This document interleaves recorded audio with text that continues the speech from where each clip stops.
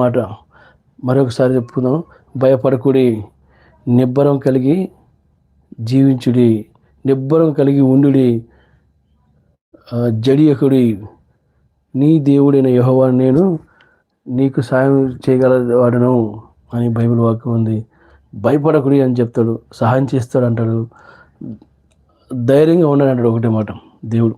అది మన భాషలో అయితే నేను ఎట్లా చెప్తానంటే, నా ఇంట్లో వాళ్ళకి ఇట్లాగా భయపడొద్దు, నేను ఉన్నాను కదా, నేను క్లియర్ చేసుకుంటా, నేను దాన్ని క్లియర్ చేస్తాను, నేను చూసుకుంటా ఆ సంగతి, మీరు మాత్రం భయపడొద్దు, నేను వస్తున్నాను అని చెప్తాం కదా. అట్లాగా దేవుడు మనతో కూడా అలా చెప్తున్నాడు. మనం ఎలా చెప్తాము మన ఇంట్లో వాళ్ళకి, ఇట్లా ఫోన్ చేస్తాను, మీరేం భయపడొద్దు, నేను వస్తున్నాను, నేను వచ్చి నేను చూసుకుంటా సంగతి, మీరు మాత్రం భయపడొద్దు అని చెప్తాం కదా ఇంట్లో.